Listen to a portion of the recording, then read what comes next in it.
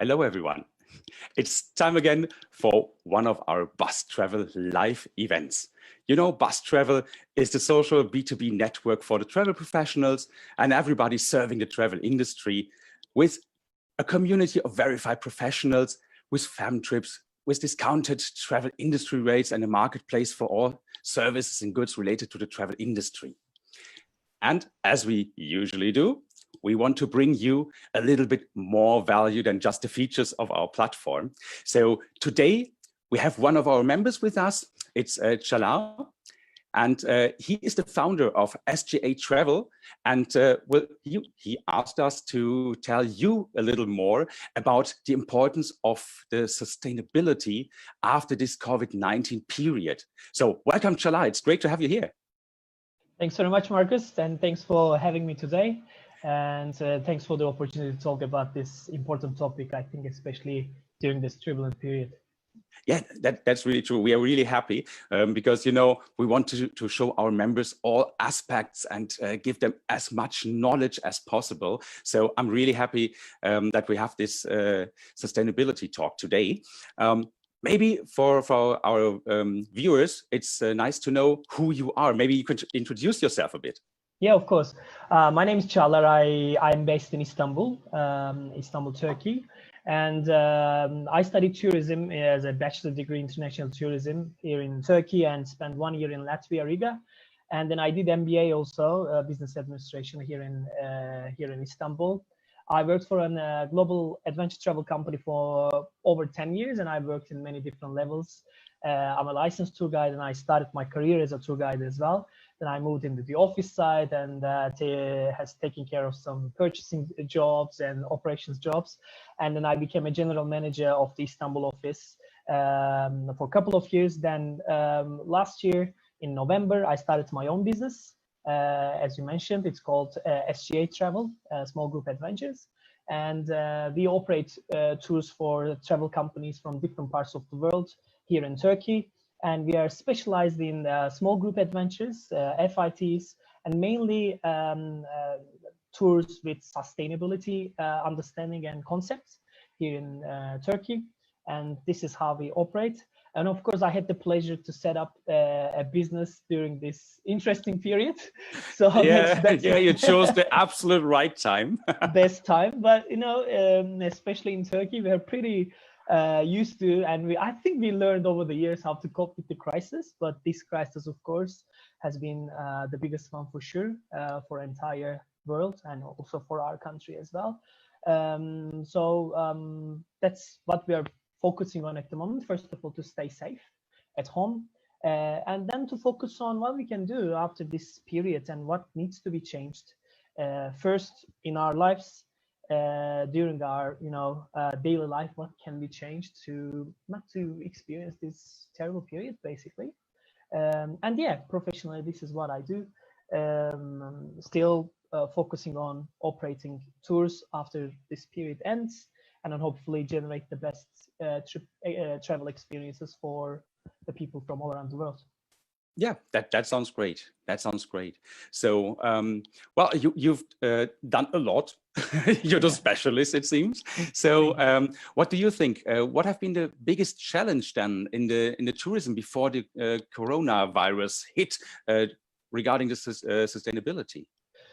Yeah, it's a good point, because we already had serious issues about sustainability, I think, in general, not only in tourism, but in tourism. I mean, tourism industry has been also kind of impacting the problem and creating the issue in some areas of the world, but also has had to be the focus on to change things around as well, because it doesn't matter where you operate tours or where you provide this service.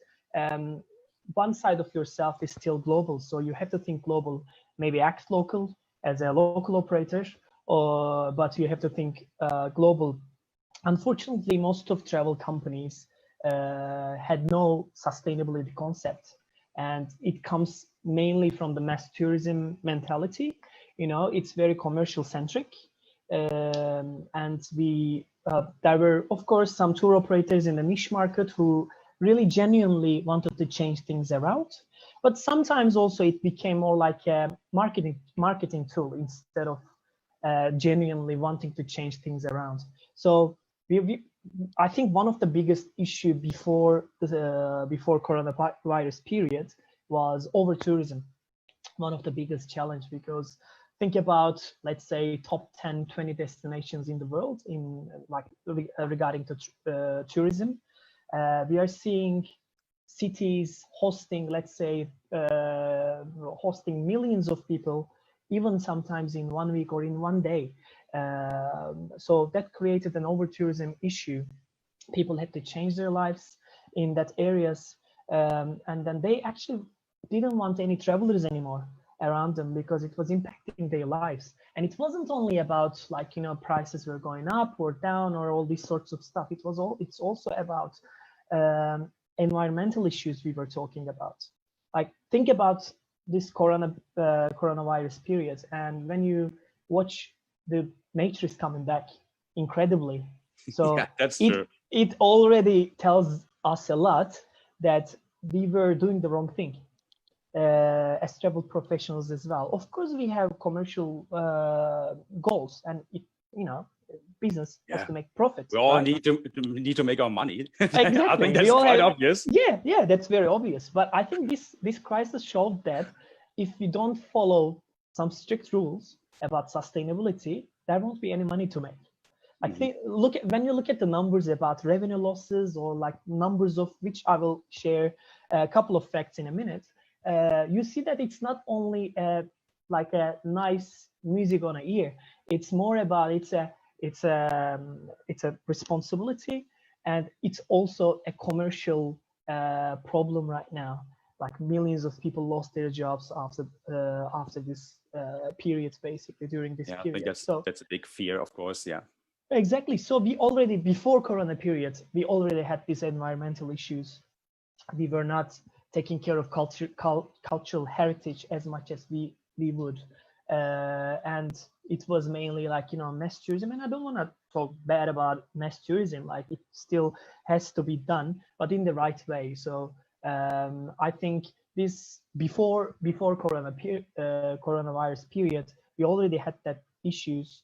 And another huge issue was about, for example, about carbon emission.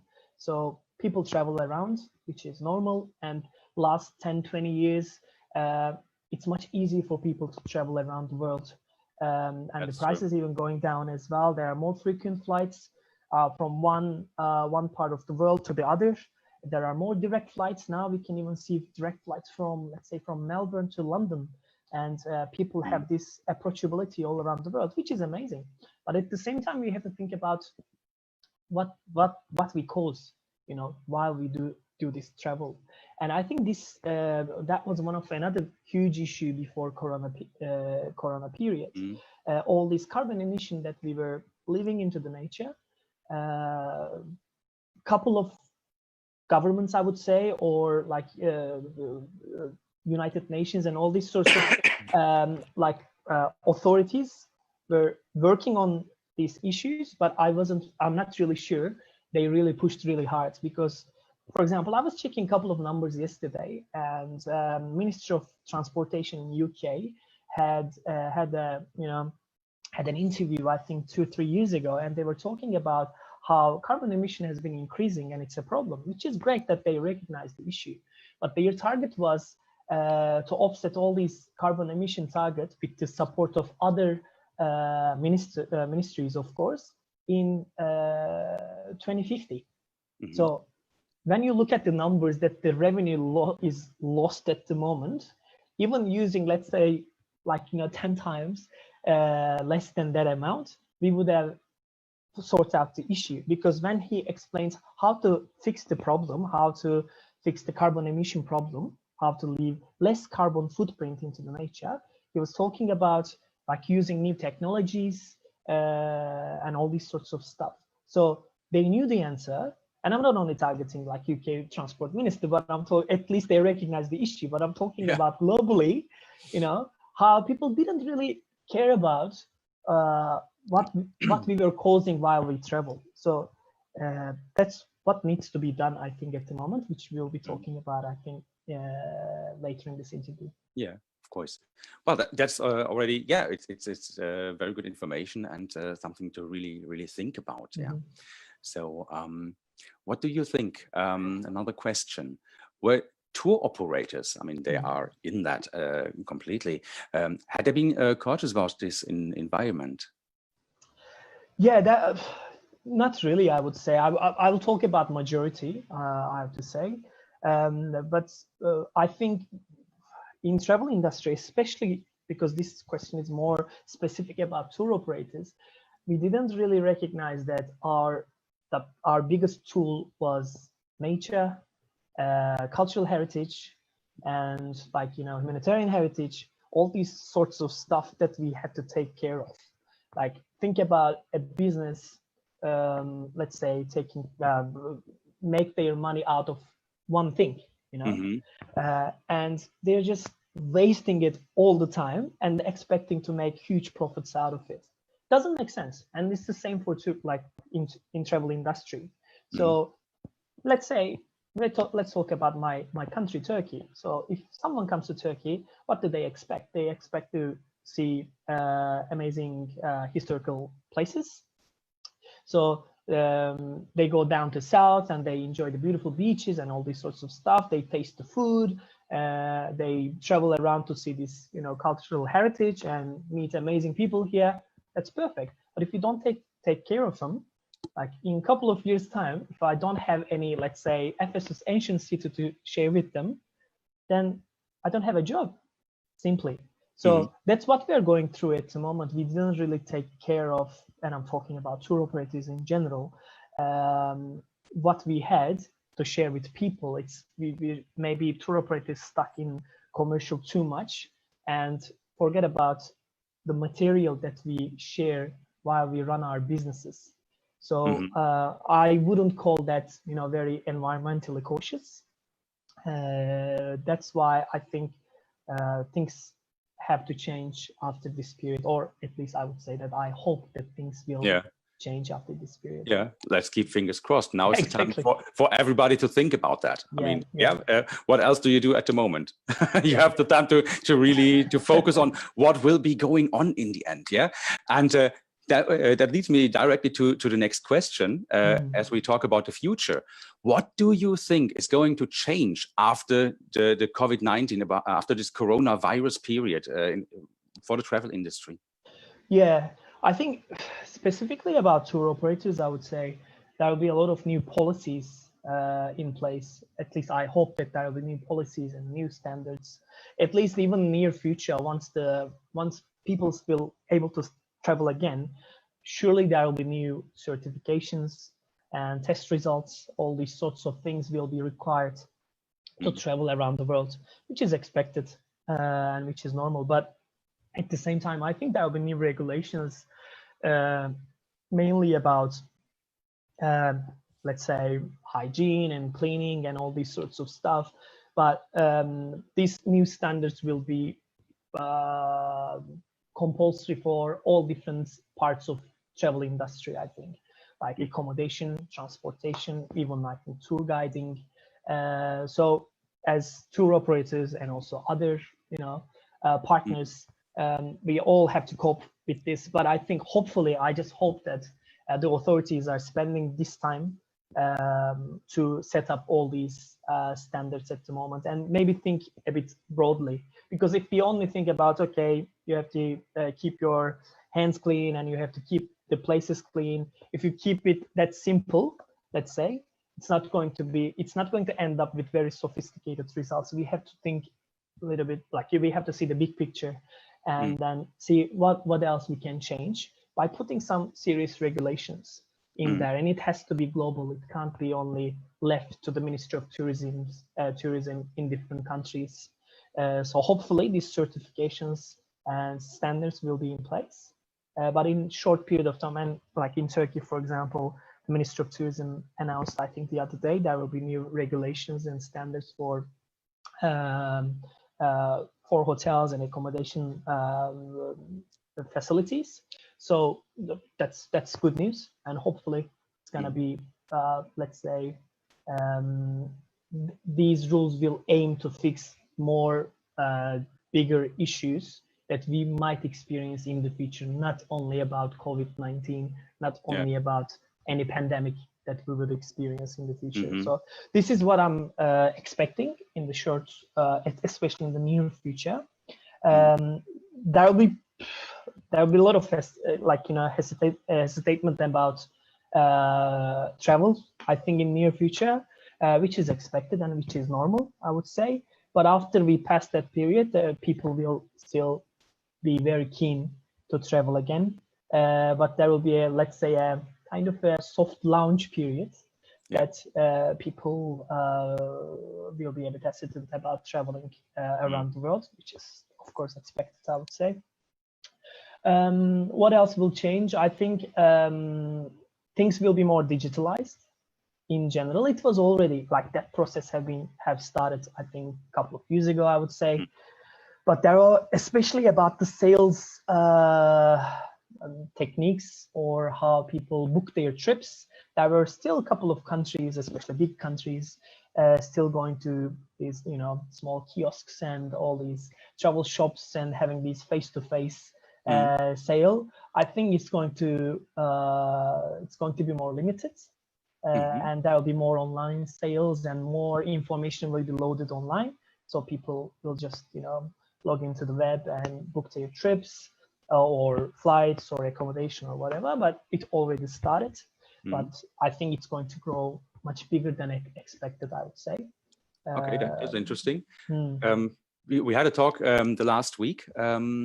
Or was the week before? We had already so many interviews here, so who knows what day is it? And we have been talking about that topic, for example, as well, regarding what's gonna change. And it's the complete other point of view, especially in this crisis now. For example, we thought, well, in the end, it might come up that it's even more the travel agencies, the travel agents in the direct contact, because, as I said, people might be a little afraid to travel or so. What's going to happen if anything happens? How will I get back, for example? And maybe that's of course just a thought, and nobody knows exactly what will happen. Maybe it's more this: hey, I can call Janie from the travel agency to help me out, than a hotline. So we will see, I think, what's going to happen, if it's more the online travel industry, or if it's more just from the perspective of the traveler to have a face and a phone number that he can call directly. Hey, Jane, I got a problem, like that. I think we will see. But I think, sorry to interrupt, but I think I also completely agree to this, because what I was more trying to say is this face-to-face sale, or let's say travel consultancy, will change from physically face-to-face to online face-to-face. There will be still more travel consultants, and that trend has already started. When you look at some of the successful travel companies, like in Australia or US, or even like UK as well, like the biggest growth that you see in travel companies are always with these one-on-one consultancy concepts, with all these people who are consulting as their travel consultant, and you already have that travel experience in those countries that they are selling. So people love this. Like if someone would like to come to Turkey at the moment, for example, let's say from Australia, if someone from Brisbane who has been to Australia already, if they share a couple of tips and local tips, and then talk about health and safety and currency and all these sorts of things, people love it. So I think this is going to grow, but instead of physically face-to-face, that's, corner stores that some of the countries have, is going to disappear slowly, I think. Okay, we will see what happens. We'll see. Well, I think nobody can give the right answer at the moment. No, not at all. This is what I always hear when I'm talking to our members and interview partners. It's just like, I can't give you an answer. I No. expect it to be like that because, well, nobody's a future. Yeah, so that's I think one big point. Yep. And I have another question for you because you have mentioned adventure travel, for example. Yeah. Yes. That what you are a specialist for. What do you think will be the new trends to follow in the adventure travel market? I think that's interesting to know as well. It is, because look, adventure travel market is of course not big as mass tourism or a couple of other parts of the tourism industry. But when you think about adventure travel industry, you focus on, or you see smaller groups, and more interaction with locals and with the group, within the group as well. And doing all these activities that people wouldn't really do if they join a trip with 40 people in a giant bus, because you have more chance to interact with locals if you have only 10 people in your group. So when you think about adventure travel, I think the groups will get even smaller. That's what I'm expecting, and people will aim to go for more interaction, but in a, let's say, in a less interaction with the within the group, and also in the country that they travel to, if it makes sense. Like I'm even thinking that I think FIT market will grow, because people, especially in the short run, people will prefer to be more, let's say, isolated in the countries, but they still would like to interact with the locals in the, let's say, in the safest environment. So I think that's going to be the focus, and smaller boutique type of hotels will be more trendy, and they already got more trendy, I would say, comparing to like 10 years ago, because people will feel that less people is equal to less, problem, I would say. And adventure travel market is like, if someone picks a tour like this, their first, let's say, motivation is not price. They still want some quality and safety. So that's why I think groups will get smaller and FITs will increase, and different type of accommodations, even like, let's say glamping might be a much bigger trend. It became more popular last couple of years, but I think it's going to be even much more popular after this period of time. So I think these are a couple of changes that we will see in the adventure travel market. But I think that's another responsibility, and it's a must for tour operators to cope with these changes and listen to the clients and see the new concerns that they have after this period of time, because people will be really seeking for some travel after this period, after we all, had to spend all our time at home. So that's why I'm expecting these couple of changes, specifically in the adventure travel area, I would say. Okay, that's interesting. And let's talk about a little more a general thing. You have mentioned already responsibilities. Yeah. So what do you think is the responsibility of, for example, a tour operator after Corona? Yeah, it's a good point, actually, because I think it's going to be much bigger. It's going to be a subject that we need to look at in a very bigger scale after this period. Because as I mentioned in the beginning, it's not only a nice initiative that tour operators follow as like, yeah, we are environmentally friendly, we do follow sustainability in tourism, but what do we really do?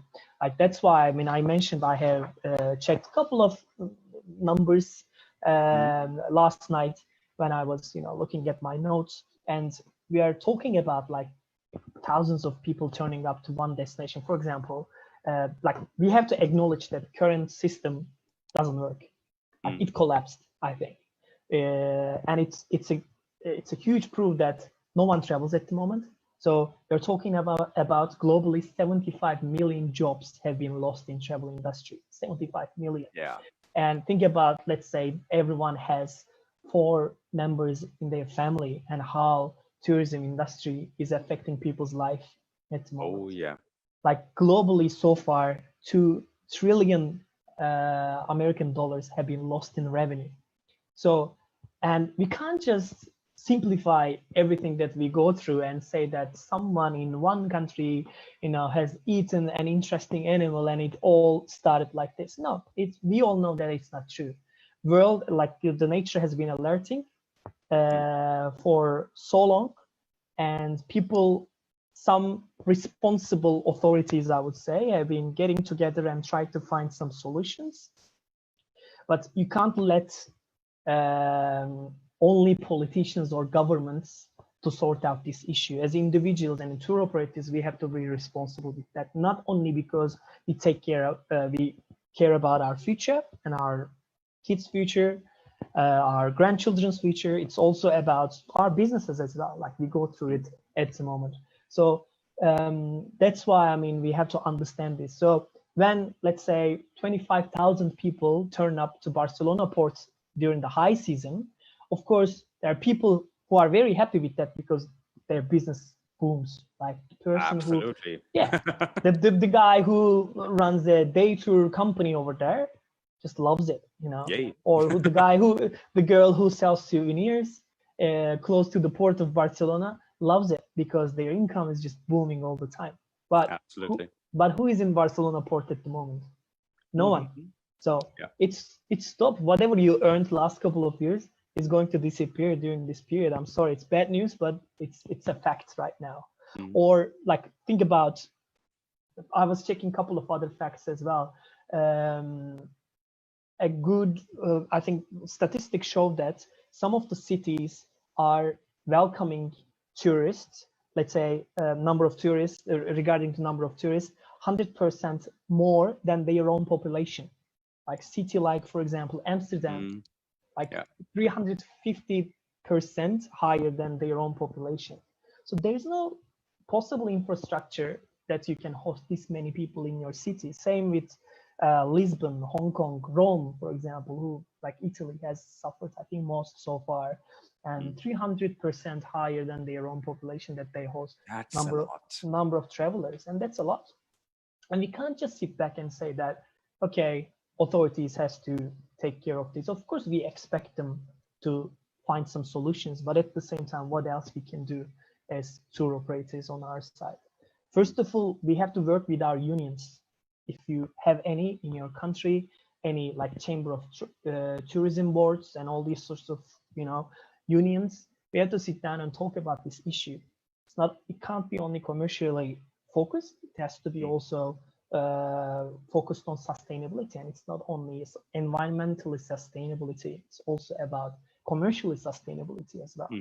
Yes, you're not going to make, let's say, 100,000 US a month, but you're going to make 10, but you're going to make it for next 300 years maybe, instead of having this crisis every 50 years or 40 years or something like that.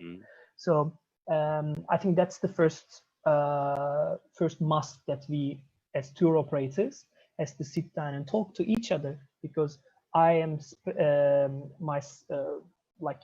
I do adventure travel, for example, but I would love to speak to someone who comes from cruise background, like how they are able to run their businesses in the most sustainable way, because I have no idea. Yes, I'm in travel business, but I know nothing about cruise. You can't know everything. I think No. that's quite obvious. Exactly, and we have to speak out and share our thoughts as possible, because we work in the same environment. That's the first must, and the second must is we all have to go through our operations, like what do we do on ground, and what else we can do better to keep this business sustainable. Like, for example, we use all these vehicles on our tours in Turkey are, let's say, 12 days, 13 days, 14 days, traveling all around the country. And when you look at those tours, we are actually what do we do with the vehicles? Can we do something else and run these tours in the most sustainable way? What about possibilities of having these electrical vehicles, for example, that we can tour around the country?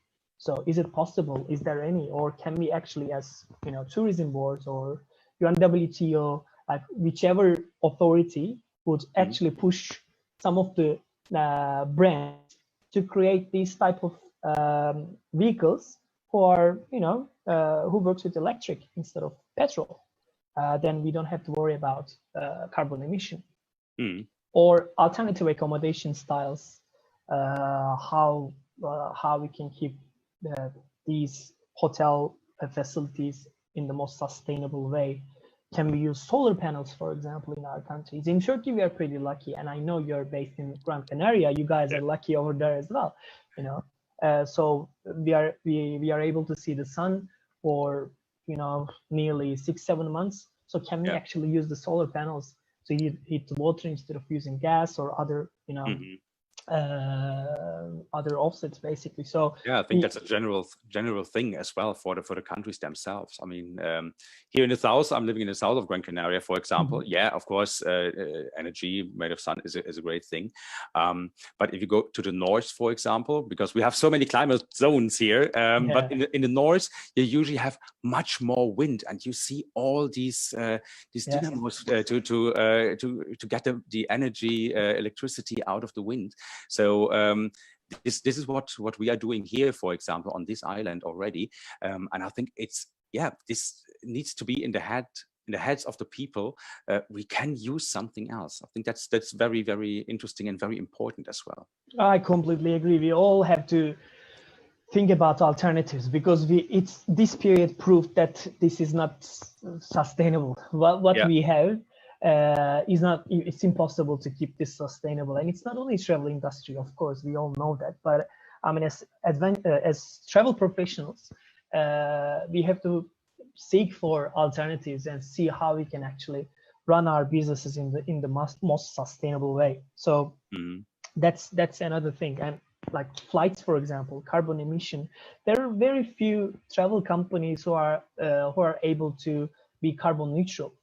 So this has to be done, and hopefully some authorities have to take care of this. And to get a travel company license, you have to sit down and take care of this and come up with a project instead of just signing a couple of papers and prove that you're financially sustainable, because this doesn't work like this. We have to take care of the planet much better, then we can have sustainable businesses as well. So I know I'm repeating myself, but I think everyone has to understand. Yeah, I think that's important. Yeah, this issue is like, now it's a commercial issue as well. It's financial issue. That's why I have some numbers in front of me, and it's unbelievable that how much money is lost already, and how it's impacting people's lives by not changing a couple of habits and a couple of things in our industry. So it's really hard, basically. Yeah, that's really true.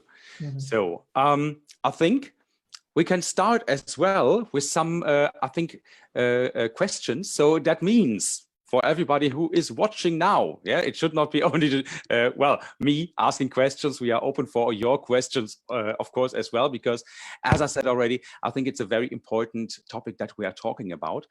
And I got the first question here in the chat. For everyone to know, in the lower section of your screen, you will see the Q&A section as well. So I would just ask, post your questions in there. We will go them after another.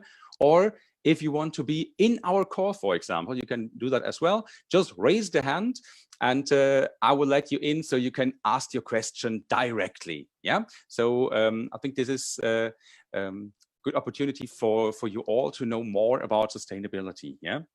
And here, here the question, we have it from Senja Hulsmann. Hello, it's great to see you here. I know you're doing a webinar really soon as well. We just have to talk about it. So that's really cool that you join here. So I work as a cruise director on European river cruises. Your question, how will the cruise industry restart, keeps me busy as well. It is not sustainable as it was. Plus the people are too close together on the ships. Yeah, I think that's really true. It is, and maybe was, a hugging industry. Yeah, let's call it like that. I like your kind of humor. Same. Average age is between 70 and 75. Ocean line is even more difficult. That's really true. Would love to continue this talk with you and more inspirators. We cooperate with Global Nature Fund and think there's a lot of work ahead of us. So yeah, that's really true. Maybe you would perfect. like to say something? Yeah.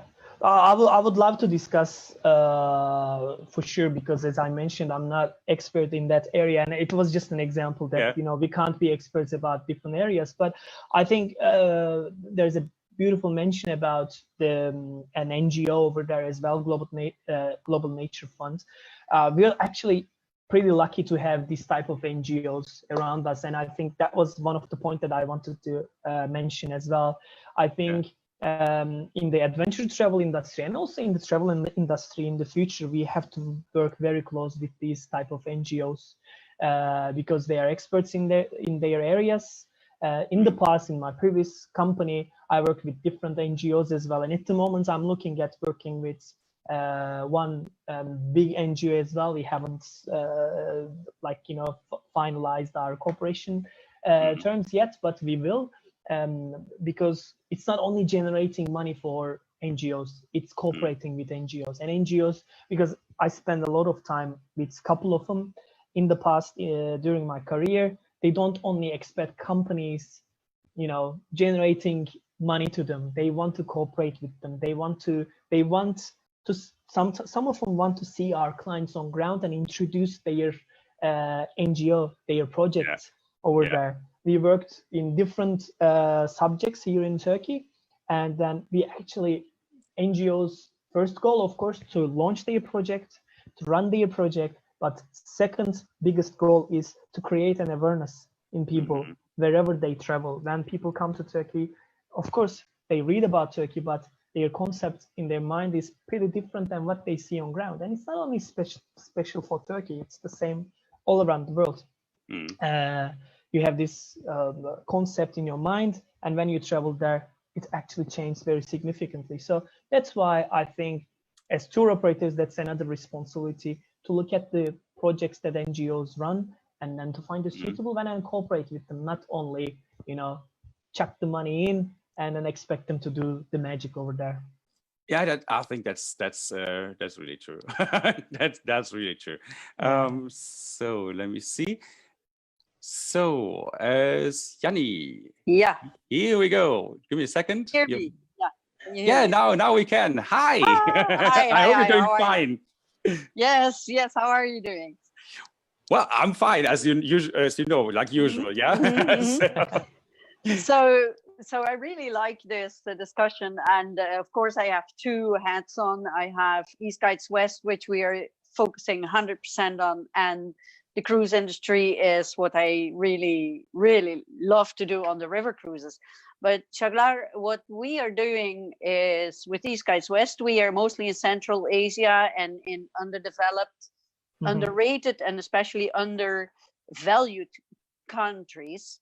Yeah. I know the overbooked issues very well because of the river cruise industry. It's horrendous sometimes, and especially Amsterdam, Vienna, terrible, Bruges, horrible. The question now is, and I really think that is, at least for many of us, the way forward, and especially also East Guides West is already trying to get there for the 5th year now, and we really think it's going to be an opportunity.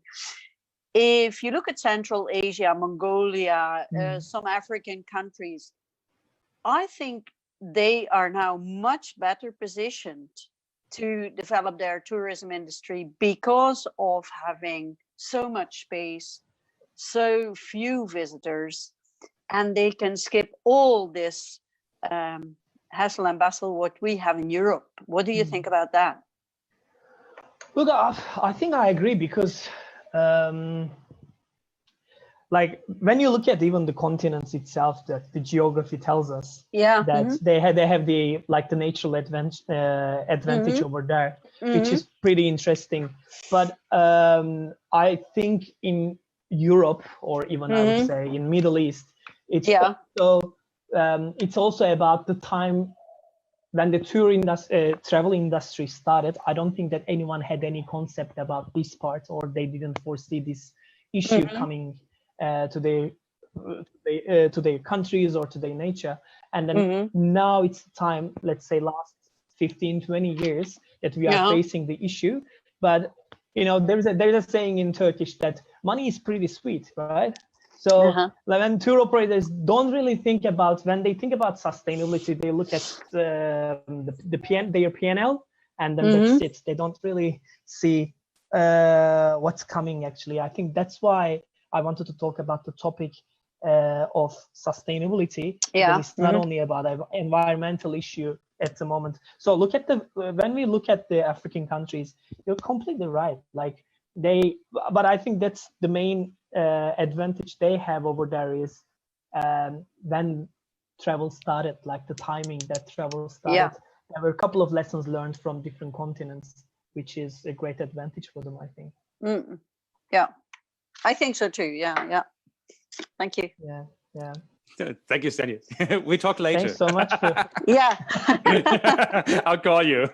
Yeah. Okay. Perfect. Perfect. See ya. See you. Thanks very much. So we have another question here in our Q&A section from Olaf Schlieper. I think that's from Germany. Did you feel that guests are more demanding sustainable tourism in the last month? So before Corona, maybe as a result of the movements like Fridays for Future, where all the children have been on the streets, and the scientific results about climate change? I think people have more cautious about sustainable tourism. It was pretty unknown in the past, I would say.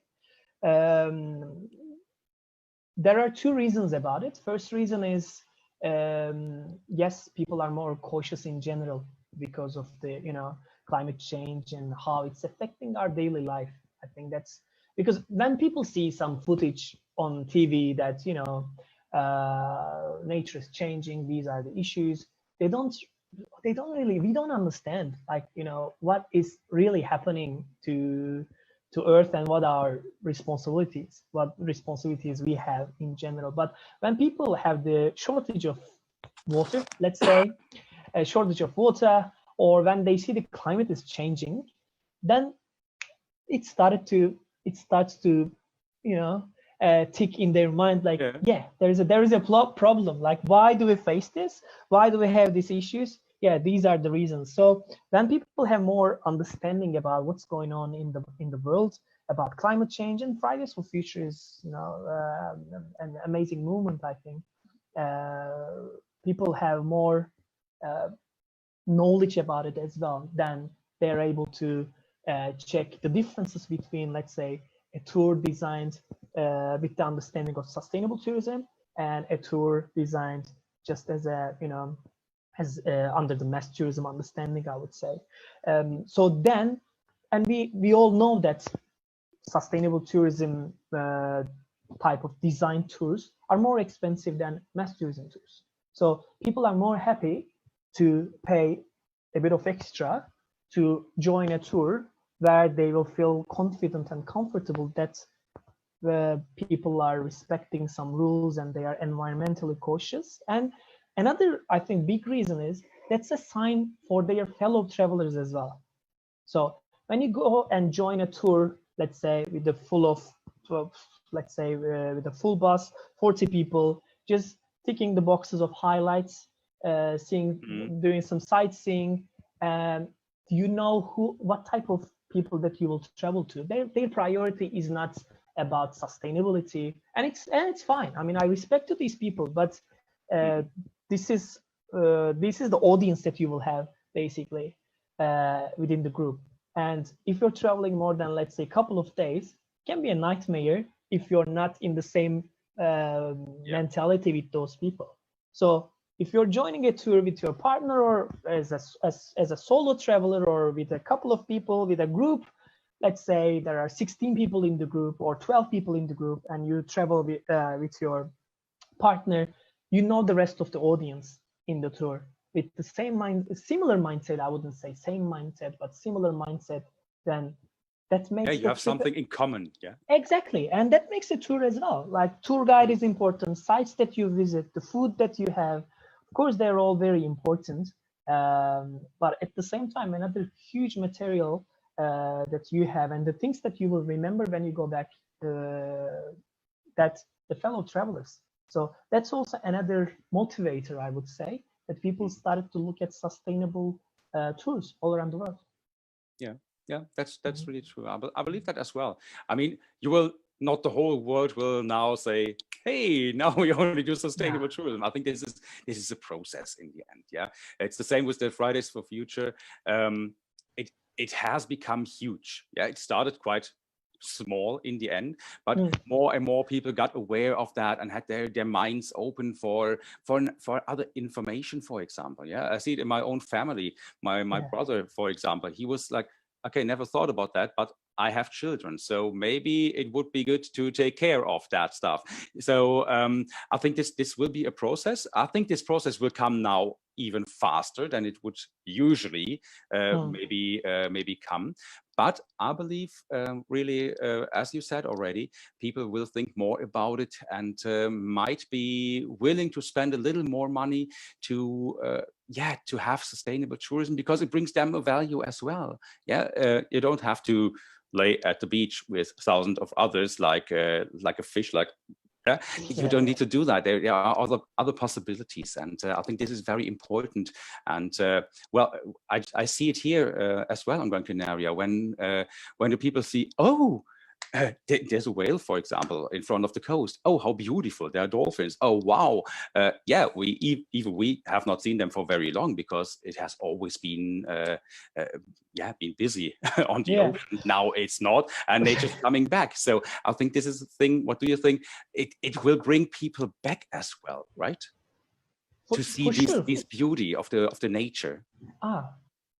For sure. And people, that's the point. Like people.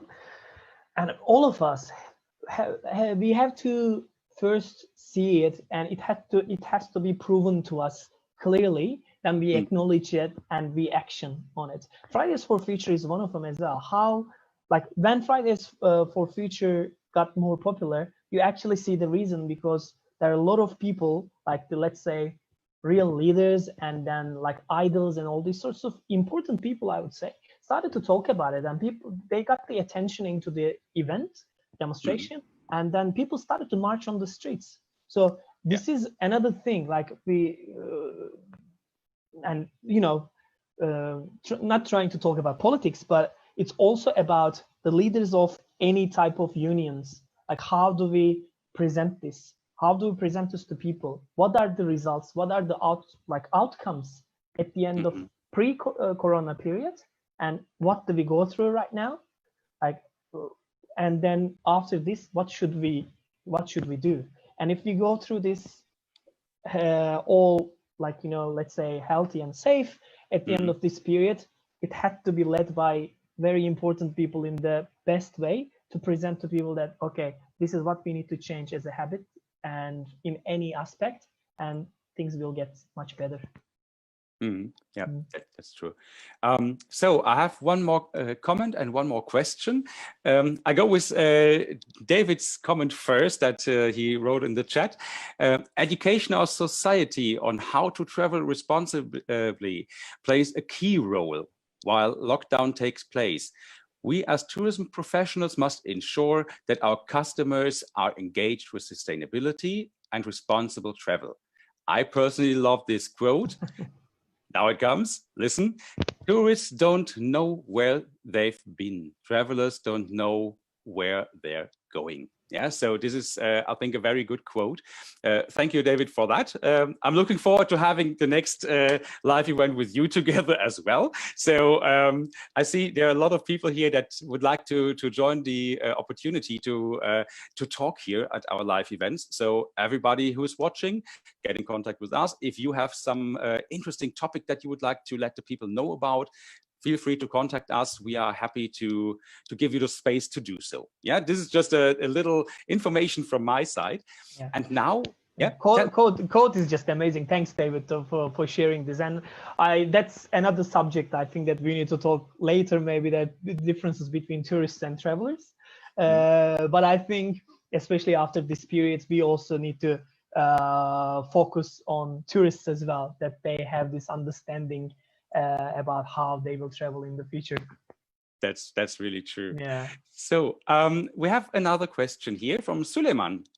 Do you think that the costs of travel will increase dramatically after COVID-19 by considering the loss of money in tourism and the time people couldn't make any income?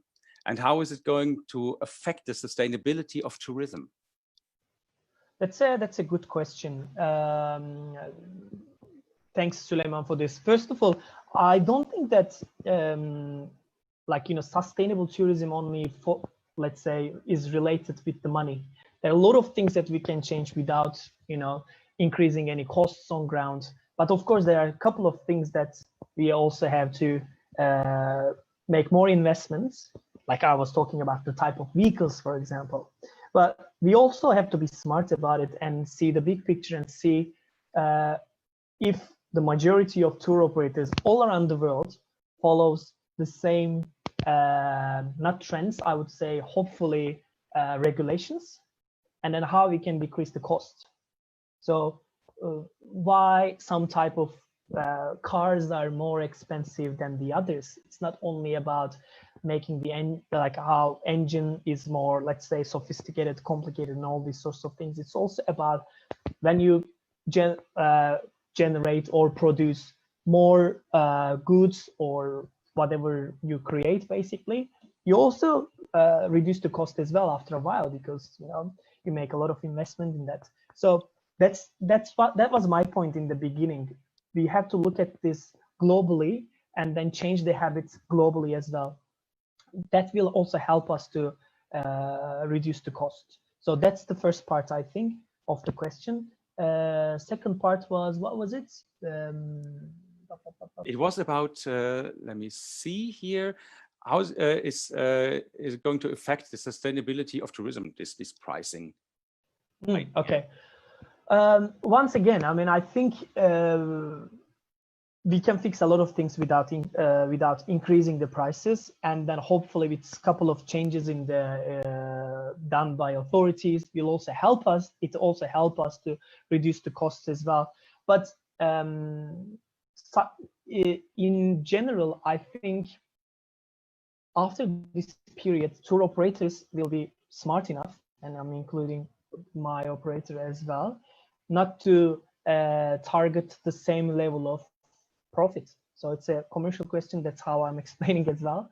So it's not business as usual right now. We have no business to run on ground. So during a crisis, you cannot just expect that everything will just go back in one day and then you operate the business as usual. It's not going to be business as usual, I think, for a long time. It can be maybe 1 year, 2 years, that we have to also go through all the pricing materials that we have and see how we can provide the best price for the clients. Because Süleyman made a very good point. There are millions of people who's affected from this, and let's face it, as travel professionals, travel is the last must on the list. You have to take care of your family, you have to feed yourself, and then after that, still tourism, like traveling, is a must in our 21st century. But unfortunately, I have to say, as a travel professional, it's in the bottom. So that's why, I mean, after people ticking the boxes on the top, comparing to travel, it comes to travel, and then people will start to travel again. So that's why I think it's going to be like, as I mentioned, soft launch after this crisis, and then it will be business as usual again. Okay, yeah, thanks for that answer. If there are no more questions, if so, raise your hand. I think we have been talking about so many aspects today about sustainability, even from the from the money side. Let's call it like that, like it is, and as well, of course, about what you should think about. I think this is very important, very interesting as well. So it's about which people are you targeting in the end? And there's information for you guys who are still watching. For example, tomorrow we will have a talk with Abdul again, who tells more about target group. Yeah, which people are you targeting, and is it your ideal client? So what would you say? What is the ideal client, for example, to target for sustainability? What mindset should those people have, like the feeling for nature? Or is there anything else that you would say specifically, why don't you think about this person? Good question. I think the target market for sustainable tourism, or even I would say I wouldn't separate adventure travel out of this as well. The people who who are environmental concerns, I would say, during this period of time, and who also follows some humanitarian aspects as well. Also, you know, just in general, have some idea about all these topics about sustainability in general. Doesn't have to be travel focused, I would say, but in general, who takes care, for example, about recycling at home, and then would like to reflect what they do at home to their travels as well. So it doesn't go separately, it's just in the same parallel. Like, maybe it sounds pretty simple in general, but people who's recycling at home will choose to travel with the sustainability mentality designed tours. So similar things, like who really believes in gender equality, for example, who has an idea about it, and sometimes who speak up about it as well, about you know, salary equality between men and women. So people, of course, will be more interested in the sustainability designed tours. So I think for sustainability in tourism, the tour companies which are focusing in that subject, this is the target markets as well. And one of the amazing thing, maybe it's not about the question, but one of the amazing thing about adventure travel markets and also sustainability in tourism subject in general, people are so loyal to their brands. When they pick the right brand, when they believe that that brand is like representing their mindsets, they become very, like, you know, very loyal. So it doesn't matter if they even had a, let's say, a bitter experience in one country. If it's a global company, sometimes they go to another country with the same company because they believe that they share the same values, which is very important. So that's why there are a lot of returning customers when you look at those countries and companies. And same even here, like we experienced a lot of people coming back to Turkey if they had amazing experience in one specific hotel because they share the values together. So it's all about experience, I think. Okay, that's good. That's good. Yeah, I think a lot of our viewers can take something from that, from this idea. Just sometimes the easiest things are sometimes the ones with the most effect. So I truly believe that. And I see we have another question from Cancel. I hope I spelled that name right. What do you think about sharing economy, especially Airbnb accommodation, according to hygiene and sharing something perspective after Corona period? That's a great question. Thanks for the question, Cancel. I think there will be new regulations in Airbnb accommodation or this type of accommodation facilities, I would say, because people will be much more cautious about where they stay, what they share. And I think it was a must even before this period as well. But I also have to mention one thing about Airbnb or similar type of accommodation things. It's not only about like cost cutting or, let's say, trying to find the cheapest option in that town. It's also about sharing the experience, like related to the previous question. Like when there's an amazing host in that Airbnb facility, for example, they get more hits on their page, and then they're booked out for the entire year sometimes because there's, let's say, there's a local couple let's say, running the Airbnb and giving all that local tips and cooking for them and having that experience, local experience. So it kind of relates with the adventure travel environment as well. But I think there will be a lot of changes over there too. And I already know that Airbnb is looking at changing some regulations and some policies that they are looking at the moment. So the interest, I don't think that it's going to drop because Airbnb as a giant business is smart enough to cope with the new era after COVID-19 period. Yeah, they'll find ways, definitely, I think. Yeah, for sure. Yeah, so it seems you have answered all questions. Hopefully Thanks a lot correctly. for that. Yeah, I think so. Well, it all sounded very logically, so I believe. It had been a pleasure talking to you. And just enough for everyone that was looking today, if you like to have other questions answered, for example, if there's more you would like to know about sustainable tourism or adventure tourism, contact us. We will get in contact with you then, and maybe set up another meeting. You can all reach each of us, of course, on BUZZ.travel.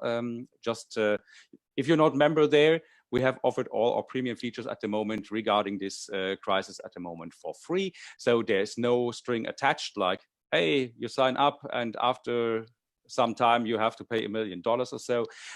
We don't want to do that. We want to bring you value like we do with these events here. And this is just a short information from my side or from our side here from BUZZ.travel. And yeah, thanks a lot for this interesting talk. Had been the first time we have been talking about sustainability. Very important thing. Thank you for that great input you gave us. And yeah, I think everybody needs now some minutes to think about it and how to get that into their heads and into their lives and businesses, of course. So thanks a lot for that. And maybe you're open for another talk. That will be amazing. And thanks very much for the opportunity again, Marcus. It has been a pleasure to speak to you and for all the questions as well. And I'm so glad to see the interest of people that are asking questions and also attending to these events. And hopefully you just digest all this information that we have and all this brainstorming stuff, and then have a better future. And I wish everyone a very healthy days. And hopefully this is going to end soon. This is going to be over soon, and we're gonna go back to on the streets and on the beaches, and yeah, things will just settle very soon. So thanks very much, everyone, and greetings from Istanbul. Yeah, thanks everybody for watching. See you soon again.